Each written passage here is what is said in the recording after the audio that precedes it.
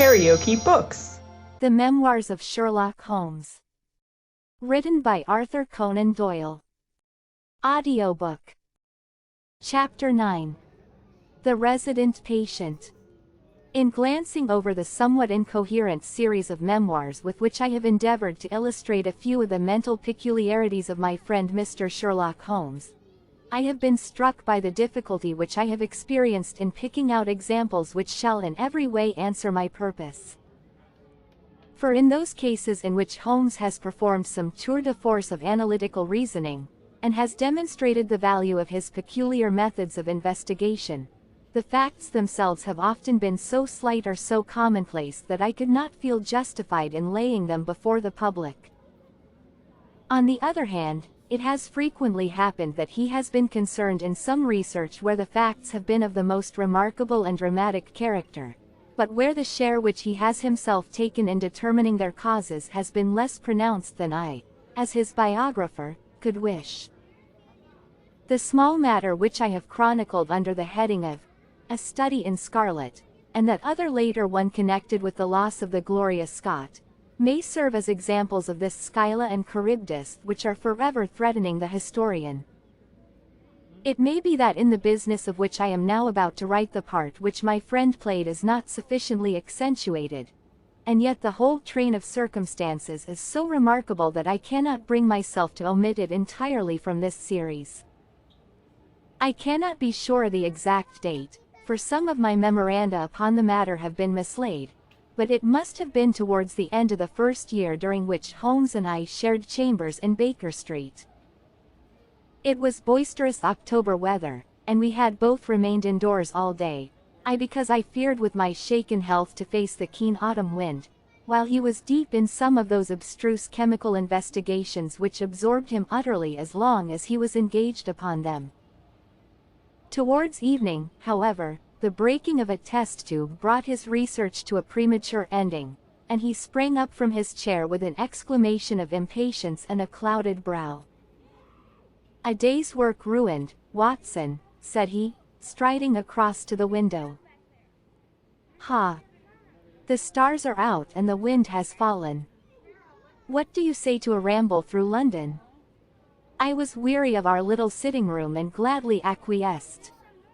For 3 hours we strolled about together, watching the ever-changing kaleidoscope of life as it ebbs and flows through Fleet Street and the Strand.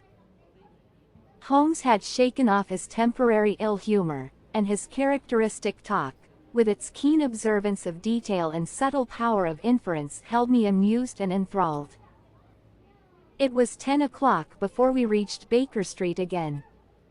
A brougham was waiting at our door. "A doctor's, general practitioner, I perceive," said Holmes. "Not been long in practice, but has had a good deal to do. Come to consult us, I fancy. Lucky we came back." I was sufficiently conversant with Holmes's methods to be able to follow his reasoning, and to see that the nature and state of the various medical instruments in the wicker basket which hung in the lamplight inside the brougham had given him the data for his swift deduction. The light in our window above showed that this late visit was indeed intended for us. With some curiosity as to what could have sent a brother medico to us at such an hour, I followed Holmes into our sanctum. A pale, taper-faced man with sandy whiskers rose up from a chair by the fire as we entered. His age may not have been more than 34, but his haggard expression and unhealthy hue told of a life which has sapped his strength and robbed him of his youth. His manner was nervous and shy, like that of a sensitive gentleman, and the thin white hand which he laid on the mantelpiece as he rose was that of an artist rather than of a surgeon. His dress was quiet and somber, a black frock coat, dark trousers, and a touch of color about his necktie. "Good evening, Doctor," said Holmes, cheerily. "I am glad to see that you have only been waiting a very few minutes." "You spoke to my coachman, then?" "No, it was the candle on the side table that told me." "Pray resume your seat and let me know how I can serve you." My name is Dr. Percy Trevelyan, said our visitor, and I live at 403, Brook Street. Are you not the author of a monograph upon obscure nervous lesions? I asked. His pale cheeks flushed with pleasure at hearing that his work was known to me. I seldom hear of the work that I thought it was quite dead, said he. My publishers gave me a most discouraging account of its sale. You are yourself, I presume, a medical man? A retired army surgeon. My own hobby has always been nervous disease. I should wish to make it an absolute specialty, but, of course, a man must take what he can get at first. This, however, is beside the question, Mr. Sherlock Holmes, and I quite appreciate how valuable your time is. The fact is that a very singular train of events has occurred recently at my house in Brook Street, and tonight they came to such a head that I felt it was quite impossible for me to wait another hour before asking for your advice and assistance.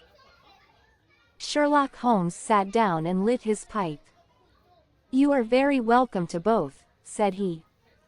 Pray let me have a detailed account of what the circumstances are which have disturbed you. One or two of them are so trivial, said Dr. Trevelyan, that really I am almost ashamed to mention them. But the matter is so inexplicable, and the recent turn which it has taken is so elaborate, that I shall lay it all before you, and you shall judge what is essential and what is not. I am compelled, to begin with, to say something of my own college career. I am a London University man, you know, and I am sure that you will not think that I am unduly singing my own praises if I say that my student career was considered by my professors to be a very promising one. After I had graduated, I continued to devote myself to research, occupying a minor position in King's College Hospital, and I was fortunate enough to excite considerable interest by my research into the pathology of catalepsy, and finally to win the Bruce Pinkerton Prize and medal by the monograph on nervous lesions to which your friend has just alluded. I should not go too far if I were to say that there was a general impression at that time that a distinguished career lay before me. But the one great stumbling block lay in my want of capital. As you will readily understand, a specialist who aims high is compelled to start in one of a dozen streets in the Cavendish Square quarter, all of which entail enormous rents and furnishing expenses. Besides this preliminary outlay, he must be prepared to keep himself for some years, and to hire a presentable carriage and horse. To do this was quite beyond my power, and I could only hope that by economy I might in 10 years' time save enough to enable me to put up my plate. Suddenly, however, an unexpected incident opened up quite a new prospect to me. This was a visit from a gentleman of the name of Blessington, who was a complete stranger to me. He came up to my room one morning, and plunged into business in an instant. You are the same Percy Trevelyan who has had so distinguished a career and won a great prize lately, said he. I bowed. Answer me frankly, he continued, for you will find it to your interest to do so. You have all the cleverness which makes a successful man. Have you the tact?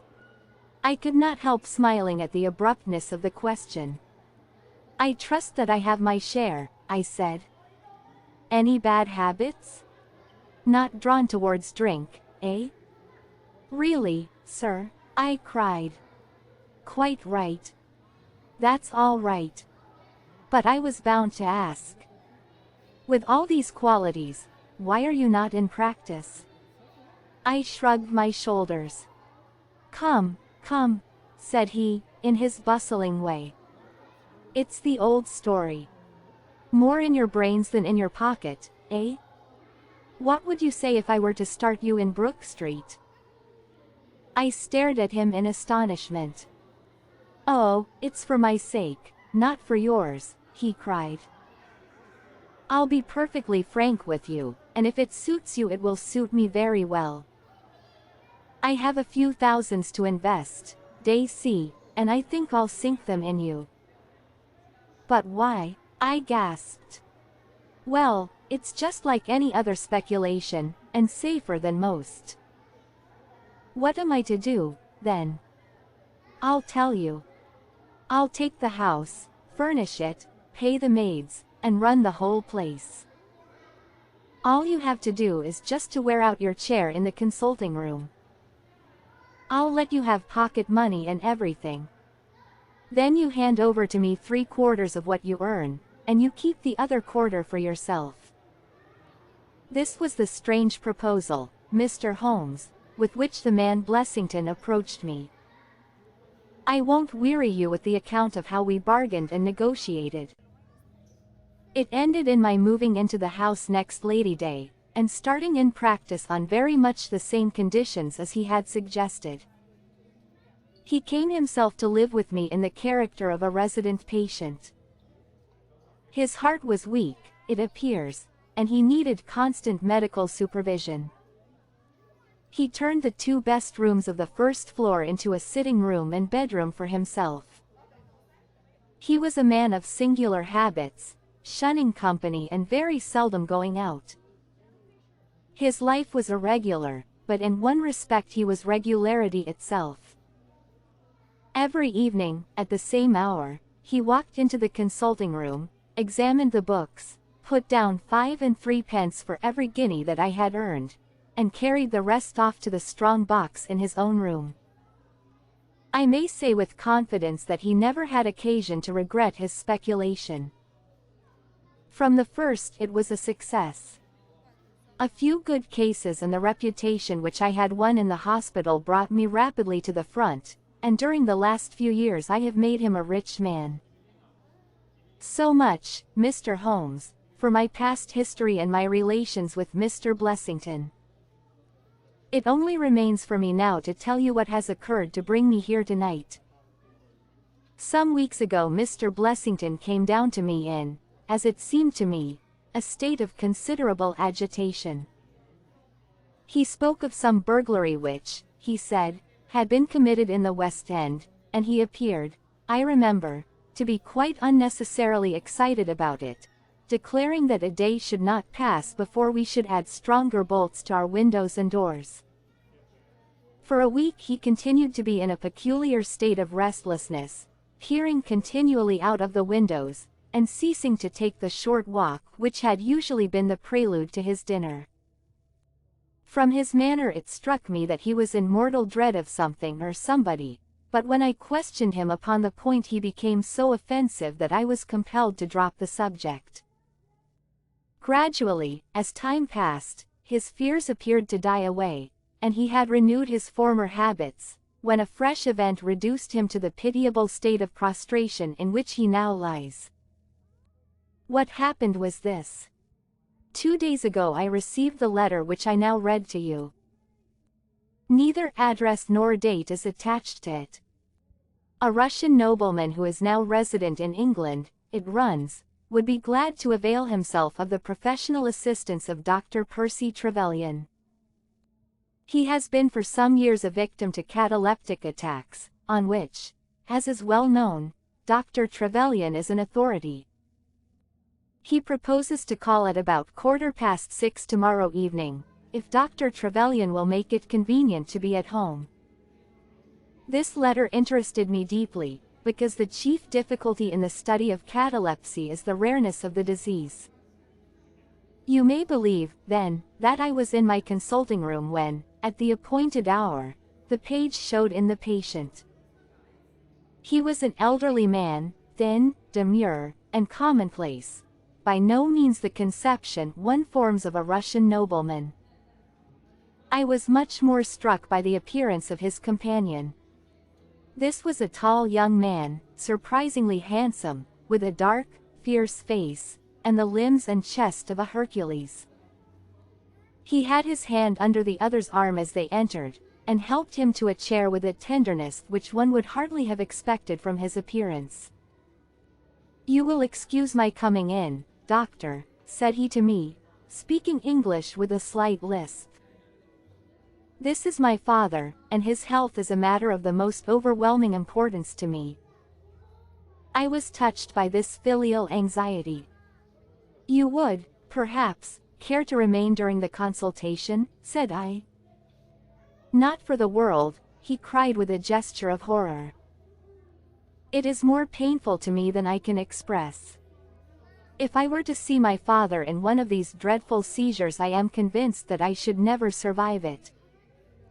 My own nervous system is an exceptionally sensitive one. With your permission, I will remain in the waiting room while you go into my father's case." To this, of course, I assented, and the young man withdrew. The patient and I then plunged into a discussion of his case, of which I took exhaustive notes. He was not remarkable for intelligence, and his answers were frequently obscure, which I attributed to his limited acquaintance with our language. Suddenly, however, as I sat writing, he ceased to give any answer at all to my inquiries, and on my turning towards him I was shocked to see that he was sitting bolt upright in his chair, staring at me with a perfectly blank and rigid face. He was again in the grip of his mysterious malady. My first feeling, as I have just said, was one of pity and horror. My second, I fear, was rather one of professional satisfaction.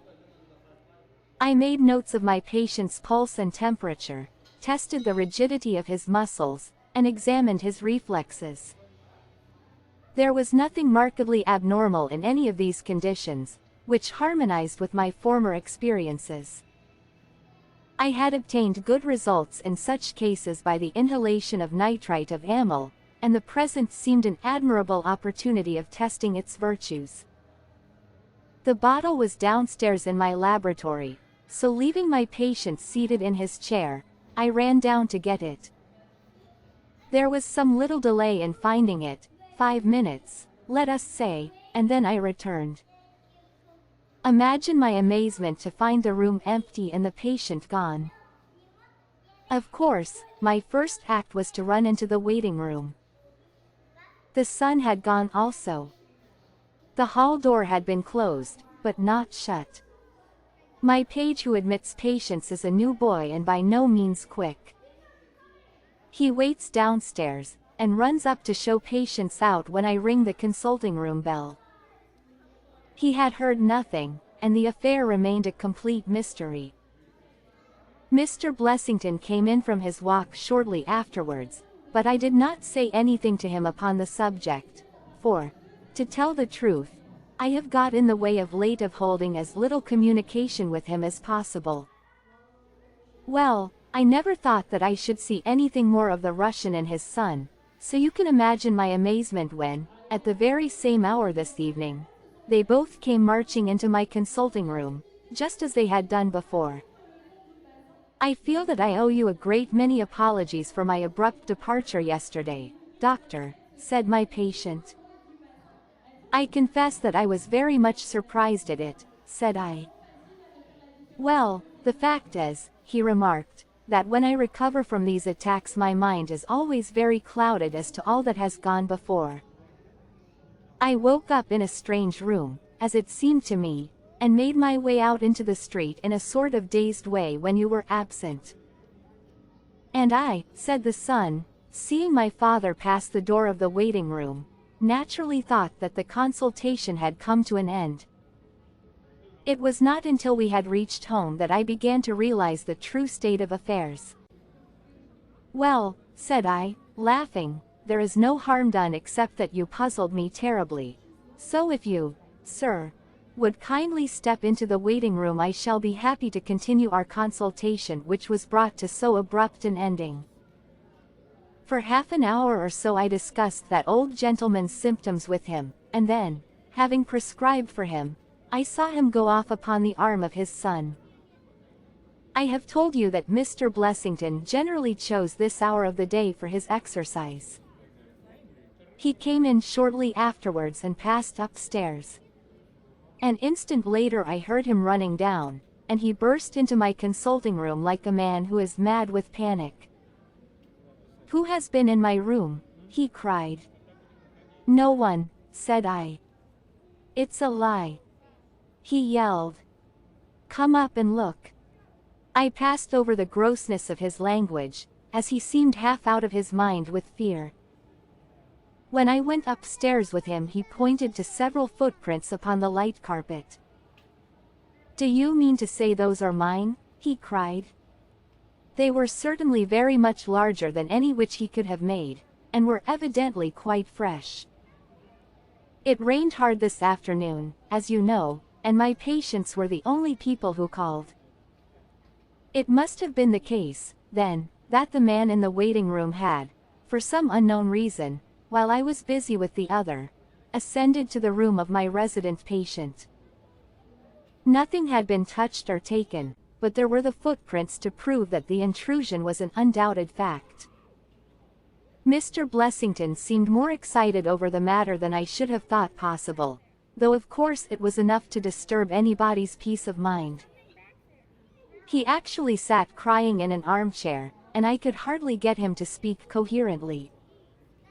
"It was his suggestion that I should come round to you, and of course I at once saw the propriety of it, for certainly the incident is a very singular one, though he appears to completely overrate its importance. If you would only come back with me in my brougham, you would at least be able to soothe him, though I can hardly hope that you will be able to explain this remarkable occurrence." Sherlock Holmes had listened to this long narrative with an intentness which showed me that his interest was keenly aroused. His face was as impassive as ever, but his lids had drooped more heavily over his eyes, and his smoke had curled up more thickly from his pipe to emphasize each curious episode in the doctor's tale. As our visitor concluded, Holmes sprang up without a word, handed me my hat, picked his own from the table, and followed Dr. Trevelyan to the door.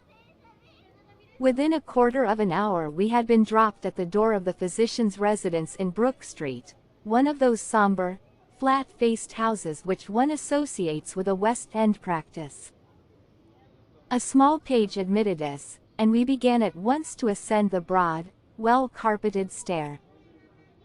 But a singular interruption brought us to a standstill. The light at the top was suddenly whisked out, and from the darkness came a reedy, quivering voice. "I have a pistol," it cried. "I give you my word that I'll fire if you come any nearer." "This really grows outrageous, Mr. Blessington," cried Dr. Trevelyan. "Oh, then it is you, doctor," said the voice, with a great heave of relief. "But those other gentlemen, are they what they pretend to be?" We were conscious of a long scrutiny out of the darkness. Yes, it's all right," said the voice at last. "You can come up, and I am sorry if my precautions have annoyed you."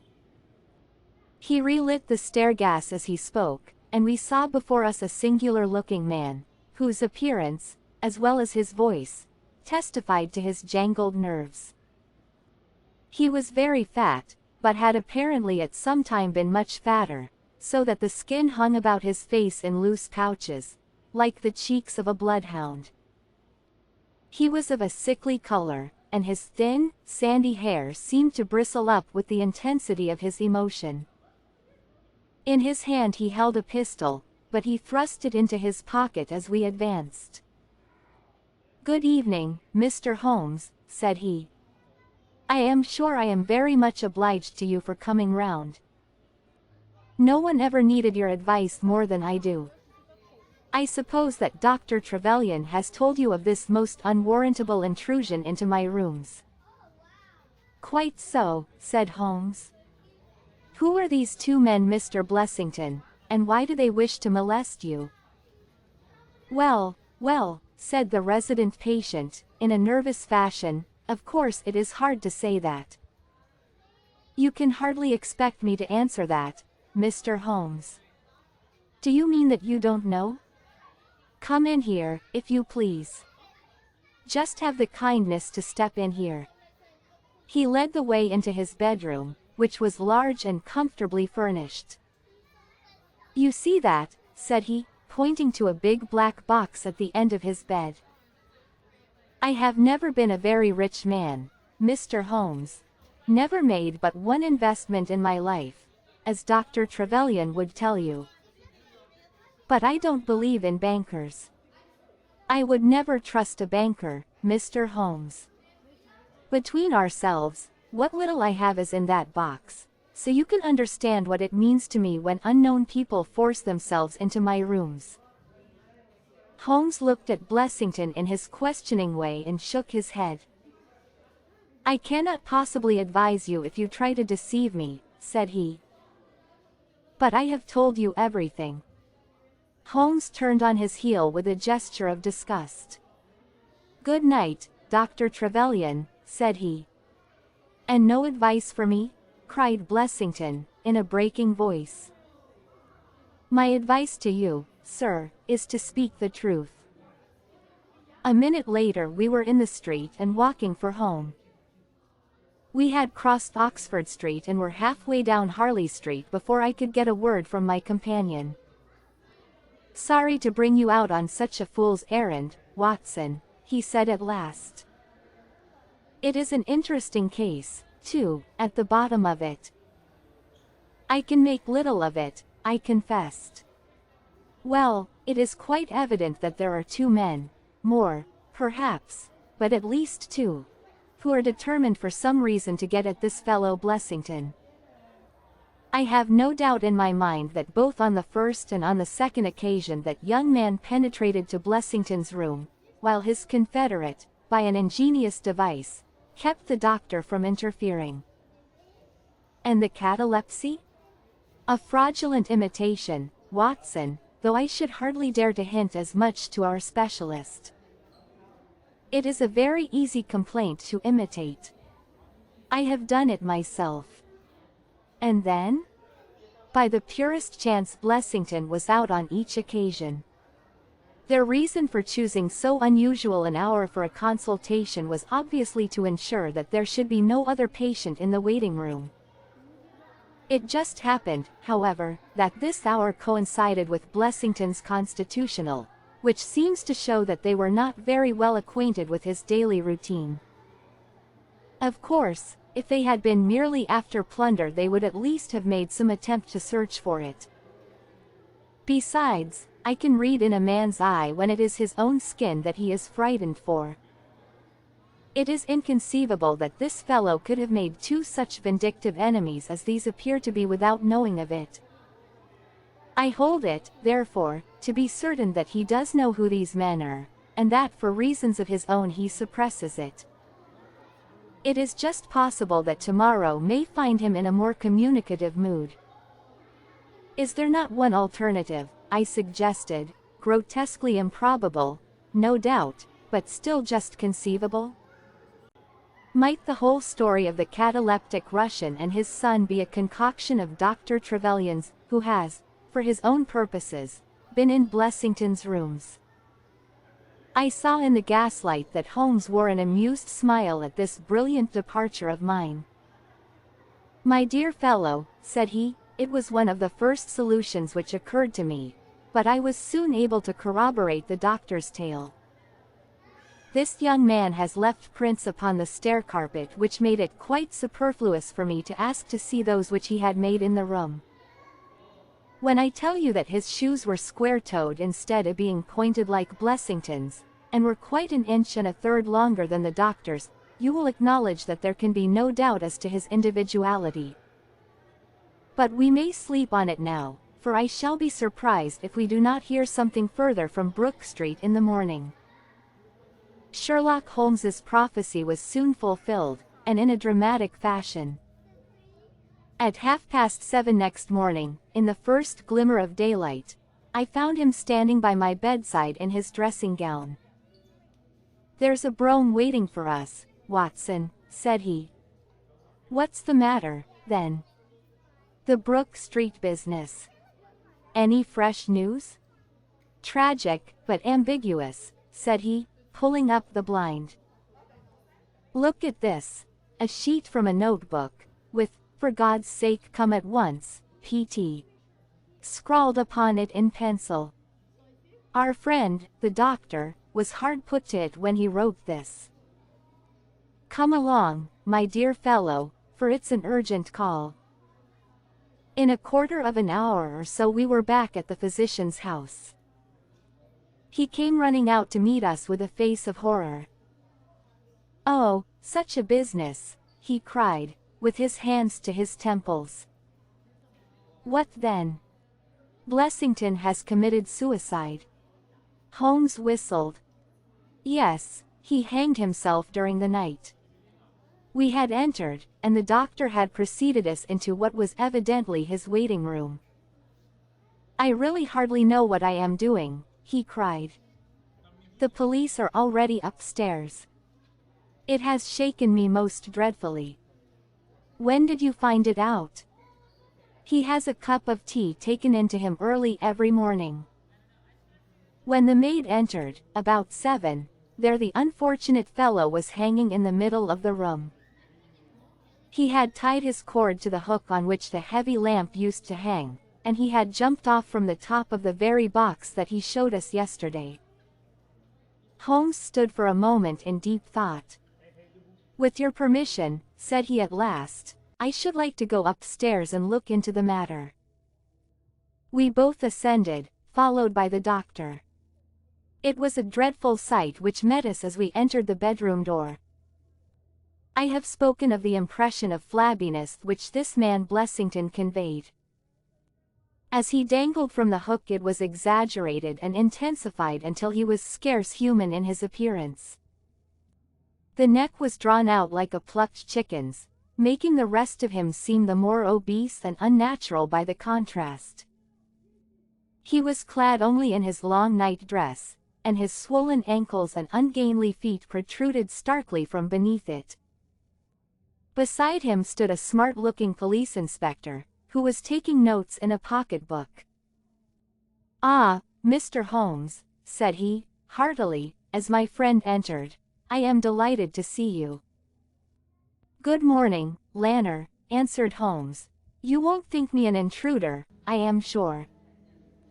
Have you heard of the events which led up to this affair?" "Yes, I heard something of them."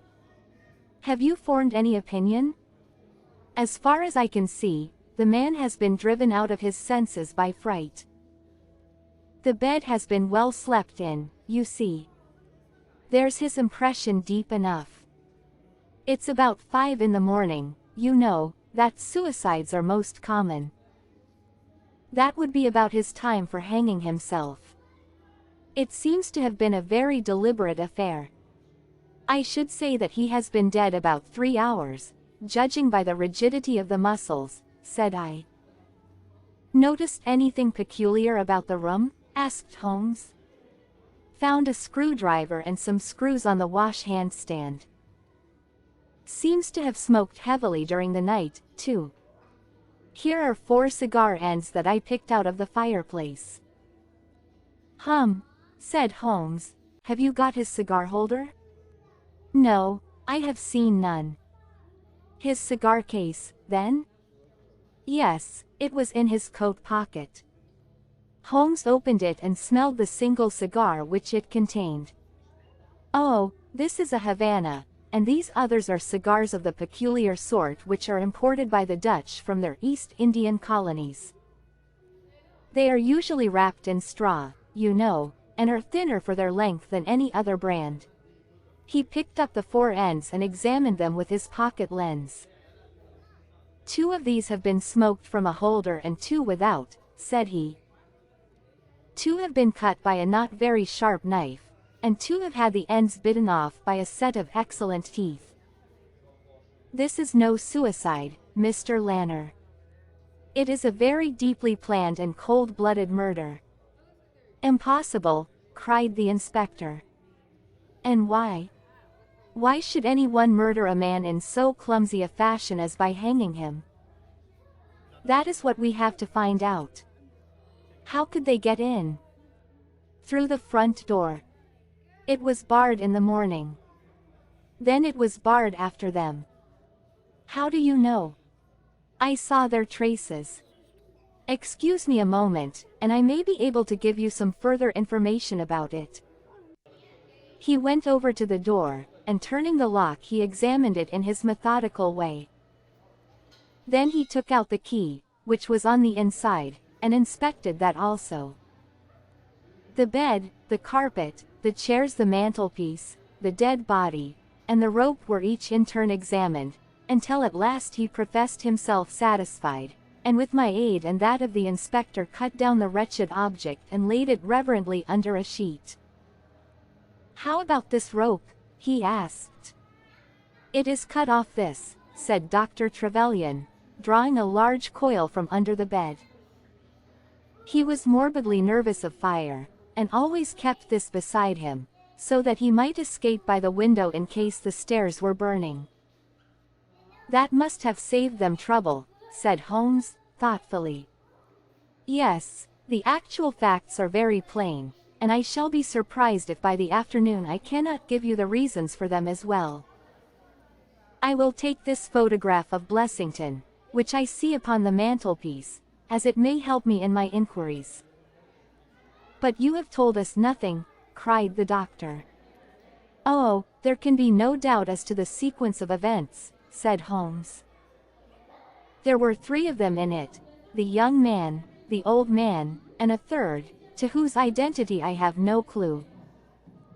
The first 2, I need hardly remark, are the same who masqueraded as the Russian Count and his son, so we can give a very full description of them.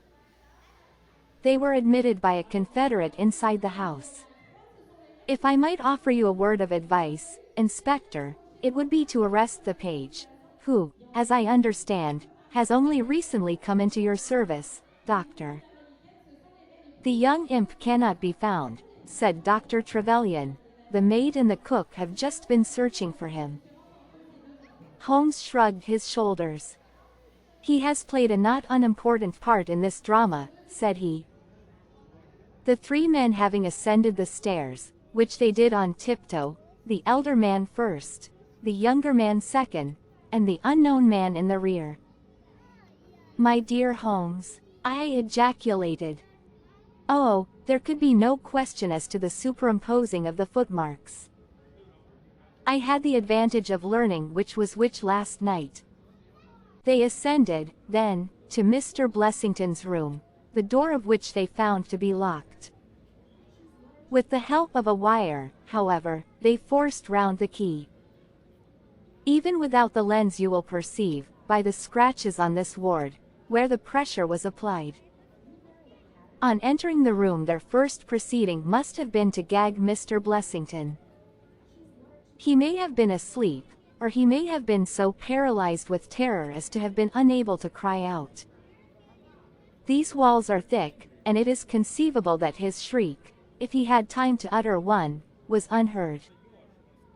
Having secured him, it is evident to me that a consultation of some sort was held. Probably it was something in the nature of a judicial proceeding. It must have lasted for some time, for it was then that these cigars were smoked. The older man sat in that wicker chair. It was he who used the cigar holder. The younger man sat over yonder. He knocked his ash off against the chest of drawers. The third fellow paced up and down. Blessington, I think, sat upright in the bed, but of that I cannot be absolutely certain. Well, it ended by their taking Blessington and hanging him. The matter was so prearranged that it is my belief that they brought with them some sort of block or pulley which might serve as a gallows. That screwdriver and those screws were, as I conceive, for fixing it up. Seeing the hook, however, they naturally saved themselves the trouble. Having finished their work they made off, and the door was barred behind them by their confederate. We had all listened with the deepest interest to this sketch of the night's doings, which Holmes had deduced from signs so subtle and minute that, even when he had pointed them out to us, we could scarcely follow him in his reasoning. The inspector hurried away on the instant to make inquiries about the page, while Holmes and I returned to Baker Street for breakfast. "I'll be back by 3, said he, when we had finished our meal. "Both the inspector and the doctor will meet me here at that hour, and I hope by that time to have cleared up any little obscurity which the case may still present. Our visitors arrived at the appointed time, but it was 3:45 before my friend put in an appearance. From his expression as he entered, however, I could see that all had gone well with him. "Any news, Inspector?" "We have got the boy, sir." "Excellent, and I have got the men." "You have got them," we cried, all three. "Well, at least I have got their identity. This so-called Blessington is, as I expected, well known at headquarters, and so are his assailants. Their names are Biddle, Hayward, and Moffat." "The Worthington Bank gang," cried the inspector. "Precisely," said Holmes. "Then Blessington must have been Sutton." "Exactly," said Holmes. "Why, that makes it as clear as crystal," said the inspector. But Trevelyan and I looked at each other in bewilderment. "You must surely remember the great Worthington Bank business," said Holmes. 5 men were in it, these 4 and a 5th called Cartwright. Tobin, the caretaker, was murdered, and the thieves got away with £7,000. This was in 1875. They were all 5 arrested, but the evidence against them was by no means conclusive. This Blessington or Sutton, who was the worst of the gang, turned informer. On his evidence Cartwright was hanged and the other 3 got 15 years apiece. When they got out the other day, which was some years before their full term, they set themselves, as you perceive, to hunt down the traitor and to avenge the death of their comrade upon him. Twice they tried to get at him and failed. A 3rd time, you see, it came off. Is there anything further which I can explain, Dr. Trevelyan? I think you have made it all remarkably clear, said the doctor. No doubt the day on which he was perturbed was the day when he had seen of their release in the newspapers. Quite so. His talk about a burglary was the merest blind. But why could he not tell you this? Well, my dear sir, knowing the vindictive character of his old associates, he was trying to hide his own identity from everybody as long as he could. His secret was a shameful one, and he could not bring himself to divulge it. However, wretch as he was still living under the shield of British law, and I have no doubt, Inspector, that you will see that, though that shield may fail to guard, the sword of justice is still there to avenge. Such were the singular circumstances in connection with the resident patient and the Brook Street doctor. From that night nothing has been seen of the 3 murderers by the police, and it is surmised at Scotland Yard that they were among the passengers of the ill-fated steamer Nora Creina, which was lost some years ago with all hands upon the Portuguese coast, some leagues to the north of Oporto. The proceedings against the page broke down for want of evidence, and the Brook Street mystery, as it was called, has never until now been fully dealt with in any public print. If you liked what you heard, please subscribe to the channel.